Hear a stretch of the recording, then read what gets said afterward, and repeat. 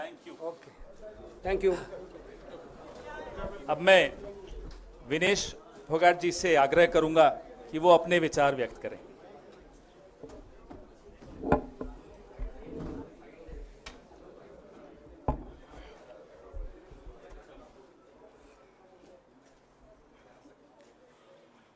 सबसे पहले तो मैं पूरे देशवासियों का बहुत बहुत धन्यवाद कहना चाहती हूँ, आप मीडिया पर्सन्स का भी, क्योंकि आप लोग ही हम लोगों को इतना through out the journey wrestling में आपने सपोर्ट किया है। तो मैं उम्मीद करती हूँ कि मैं आपकी उम्मीदों पे खरा उतरूँ बिल्कुल। और कांग्रेस पार्टी का मैं बहुत बहुत धन्यवाद करती हूँ, क्योंकि जब बोलते हैं ना कि बुरे टाइम में पता लगता है कि अपना कौन है।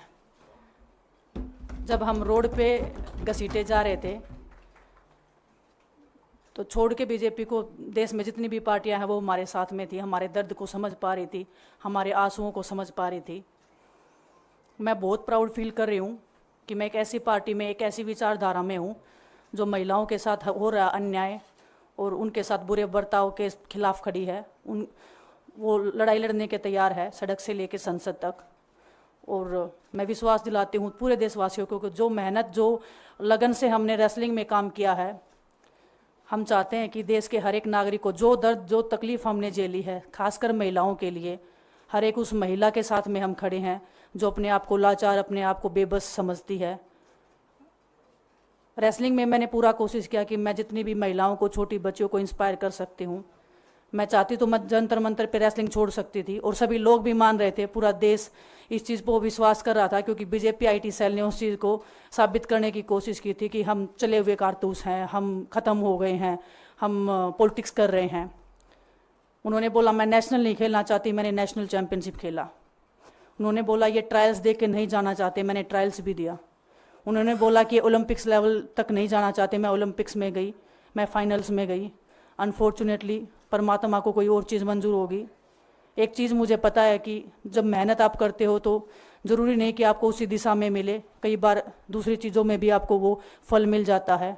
और परमात्मा ने मुझे मेरे देश के लोगों की सेवा करने का जो मौका दिया है, वो मैं मानती हूँ कि उससे बड़ा पुण्य का काम कोई नहीं हो सकता है। मेरे लिए बहुत प्राउड की बात है, बहुत एक मैं नई पारी की शुरुआत कर रही हूँ आज से। मैं चाहती हूँ कि जो हमने फेस किया एज ए खिलाड़ी होने के नाते, उन सब खिलाड़ियों को वो चीज़ ना फेस करनी पड़े। हम उनकी लड़ाई में साथ हैं। शायद उनको आज हिम्मत मिले कि जो पार्टियां पावर में रहती हैं शायद वो साथ में नहीं खड़ी हों, लेकिन उनके बहन भाई हैं जो उनके साथ में खड़े हैं। और हमें पता है स्पोर्ट्स में कितना गलत होता आया है, नहीं बोल पाते हैं खिलाड़ी। आप हमसे देख लो, बजरंग के ऊपर डोप का बैन लगा दिया 4 साल का, सिर्फ किसी लिए कि सिर्फ उन्होंने आवाज़ उठाई थी हमारे साथ बैठ के। तो उसका भुगतान हम कर रहे हैं, आज तक कर रहे हैं, लेकिन हम डरेंगे नहीं, पीछे नहीं हटेंगे। जो लड़ाई थी वो जारी है, ख़त्म नहीं हुई है। कोर्ट में हमारा केस चल रहा है, वो लड़ाई भी हम जीतेंगे, ज़िंदगी की जंग भी हम जीतेंगे। खेल में जैसे हमने कभी हार नहीं मानी है, तो हम इस नए प्लेटफॉर्म पे जो आ रहे हैं, देश की सेवा का भाव, और सिर्फ बोलने तक सीमित नहीं रहेगा ये। हम दिल से हमने खेल किया है और दिल से हम ये काम करेंगे, जी जान से मेहनत करेंगे, अपने लोगों के बीच में रहेंगे। जो भी हम अपने लोगों का भला कर सकते हैं, चाहे कितना ही % हमारे हाथ में होगा, वो हम करने की कोशिश करेंगे। और मैं अपनी बहनों को बताना चाहती हूँ कि आपकी बहन आपके साथ में है। किसी भी मुसीबत में, किसी भी पल, किसी भी क्षण आप ऐसे मत समझना कोई भी आपके साथ में नहीं है। जब कोई नहीं खड़ा होगा तो मैं आपके साथ में ज़रूर खड़ी रहूँगी, कांग्रेस पार्टी आपके साथ में ज़रूर खड़ी रहेगी। ये हमने फील किया था, और मैं वादे से कह सकती हूँ, दावे से कह सकती हूँ कि बिल्कुल आपके साथ भी खड़े रहेंगे। बहुत बहुत धन्यवाद आप सबका। धन्यवाद दिनेश जी। मैं बजरंग पुनिया जी से आग्रह करूंगा कि वो अपने विचार आपके सामने रखें। सभी को नमस्कार। और मैं धन्यवाद दूंगा केसी जी का, हरियाणा के प्रभारी हमारे दीपक बावरिया जी का, अध्यक्ष हमारे उदयभान जी का, पवन खेड़ा जी का, और विनीत पुनिया जी का, और जितने भी कांग्रेस के हमारे लीडर हैं उन सब का, कि हमें विनेश ने बताया कि बुरे समय में हमारे साथ खड़े हुए। जो आज बीजेपी की आईटी सेल बोल रही है कि इनका मकसद तो सिर्फ राजनीति करना था, हमने तो उनको लेटर भेजा था, वो जब भी नहीं आए। हमने तो बीजेपी के जो सांसद थी, जितनी भी महिला सांसद थी, उनके घर पे लेटर दिया था, वो फिर भी उन बच्चियों के साथ नहीं खड़े हो पाए। कांग्रेस पार्टी तो बिना कुछ हमने इनको बताया ये वहाँ पे हमारे साथ खड़े हुए।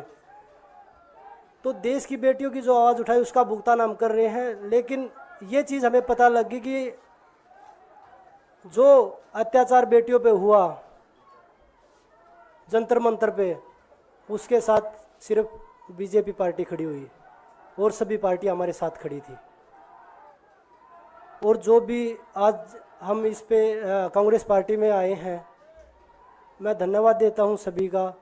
हम अपनी पूरी मेहनत, जितनी हमने कुश्ती में मेहनत की है, जितनी हमें किसान आंदोलन में मेहनत करी है, जितना अग्निपथ योजना के टाइम पे मेहनत करी है और बेटियों के आंदोलन में मेहनत करी है, ऐसे ही मेहनत करेंगे और कांग्रेस पार्टी को भी मजबूत करेंगे और देश को भी मजबूत करेंगे और ग्राउंड पे रह के काम करेंगे। जैसे रेसलिंग में बचपन से 7-8 साल की उम्र में लगे थे, जब यह पता नहीं था कि हम ओलंपिक मेडल जीतेंगे, लेकिन धीरे धीरे आगे बढ़ते गए, मेहनत करते गए और वो मुकाम हमें मिला, क्योंकि ओलंपिक से बड़ा कोई भी प्लेटफॉर्म नहीं होता। और जिस दिन विनेश फाइनल में गई, उस दिन पूरा देश जोश में था, पूरा जश्न हुआ। लेकिन अगले दिन जो घटना हुई, पूरा देश दुखी था। लेकिन कुछ आईटी सेल थी जो पूरा देश में जश्न मना रही थी। तो ये देश के लिए बड़े दुख की बात है और पूरे देश को सोचना चाहिए कि आप किन लोगों को सपोर्ट कर रहे हैं। जो देश में खिलाड़ियों के साथ, महिलाओं के साथ, किसानों के साथ, जवानों के साथ जो अत्याचार कर रहे हैं, आप उन लोगों को सपोर्ट कर रहे हैं। तो मैं यही बोलूँगा कि हम मिलके मजबूती से लड़ेंगे और जो संघर्ष की लड़ाई उसमें हम हमेशा कांग्रेस के साथ खड़े रहेंगे। और जो विनेश ने बोला कि हम हर जो महिला, जो बेटियां, देश की बेटियां हैं जिनके साथ अत्याचार होता है, हम उनकी आवाज़ हमेशा उठाते रहेंगे। सभी का धन्यवाद। धन्यवाद बजरंग जी। अब कार्यक्रम को हम यहीं समाप्त करेंगे, सवाल नहीं ले पाएंगे क्योंकि बहुत सारी बैठकें हैं। वेणुगोपाल जी को भी जाना है, बजरंग जी को भी, विनेश जी को भी, दीपक जी को भी। अच्छा, एक एक करके फोर क्वेश्चन बोलिए।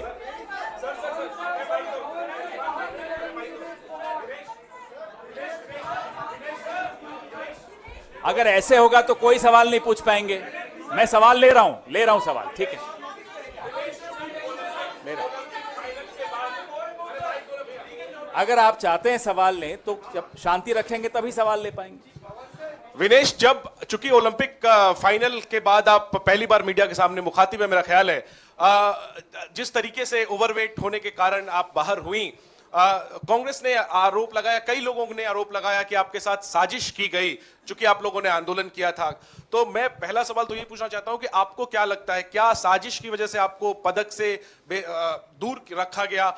और दूसरा सवाल ये लोग जानना चाहेंगे, आपको बधाई कि आप कांग्रेस में आई हैं, आप शायद चुनाव भी लड़ेंगी और निश्चित तौर पे आप एक चेहरा है आंदोलन का, लेकिन लोग ये जानना चाहेंगे कि वो लड़ाई अभी अधूरी है, अभी अदालत में है, इसके पहले बीच में ही आपने राजनीतिक पारी शुरू कर दी। क्या ये बेहतर नहीं होता कि वो लड़ाई को आप अंजाम तक पहुंचाते? और राजनीति के लिए तो आपके पास काफी लंबा नहीं, इतना लंबा नहीं प्लीज। ओलंपिक फाइनल वाला पे जो ओलंपिक्स की आप बात कर रहे हो, किसी दिन फुर्सत में बात करूंगी। बहुत इमोशनल चीज़ है मेरे लिए। बरसों की मेहनत के बाद मैं वहाँ पहुँची थी। जो भी हुआ, जैसे भी हुआ, कैसे हुआ, सब मैं एक दिन डिटेल में बताऊंगी। थोड़ा सा आपको सब्र, आपको थोड़ा सा पेशेंस रखना पड़ेगा। उसके लिए इमोशनली बहुत प्रिपेयर होना पड़ेगा मुझे ही, क्योंकि मैं उस फेस में बार बार नहीं जाना चाहती। दूसरा आपका जो सवाल था, जी नहीं, मैंने आपको, जब मैं बोल रही थी, मैंने यही बोला था कि लड़ाई अभी ख़त्म नहीं हुई है। कोर्ट में केस चल रहा है। ब्रजभूषण को पूरा बीजेपी पार्टी उनको सपोर्ट कर रहा है। हमारे साथ में अपोजिशन खड़ा है। कांग्रेस पार्टी ने, हम जब रोड पे घिसट रहे थे तो पहली पार्टी थी जो हमारे सपोर्ट में खड़ी थी।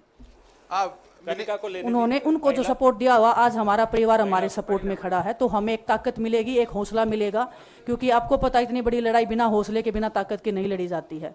वो लड़ाई को हम अंजाम पे पहुंचा के आपसे उस दिन मैं बात करूंगी। बिल्कुल, धन्यवाद। विनेश जी और बजरंग जी, मेरा आपसे सवाल है, क्योंकि आप कांग्रेस पार्टी में शामिल हो चुके हैं, लगातार ये खबरें चल रही हैं कि आप लोग चुनाव लड़ना चाहते हैं। क्या आप लोग कांग्रेस पार्टी की टिकटों पे चुनाव लड़ना चाहते हैं? और क्या विनेश जी, आप अपनी चुनावी पारी की शुरुआत इस चुनाव से करेंगी? अब कांग्रेस में आई है तो फिर और किसी टिकट पे थोड़ा ही जाएंगे। कांग्रेस पार्टी टिकट सीईसी में डिसाइड करना चाहिए। आ रहा है माइक वहाँ, पवन जी एक सवाल इधर से। पवन जी आ रहा है वहाँ भी आ रहा है। अरे पूछ रहे हो विनेश जी, 2 सीट आगे जो कयास लग रहे हैं वो 2 सीटों पर लग रहे हैं, एक जुलाना और एक चरखी दादरी। विनेश जी अगर इन 2 सीटों में से चयन, ये सवाल आपको शाम को कल जब भी टिकट्स आएंगे तब कर नहीं लीजिएगा। विनेश जी, मायका या ससुराल किसको चुनेंगे आप? हाँ? मायका या ससुराल दोनों सीटें आपके लिए कही जा रही है, दोनों एक मेरी जन्मभूमि है, एक मेरी कर्म भूमि है, धन्यवाद, दोनों मेरे thank लिए you। बहुत जरूरी है।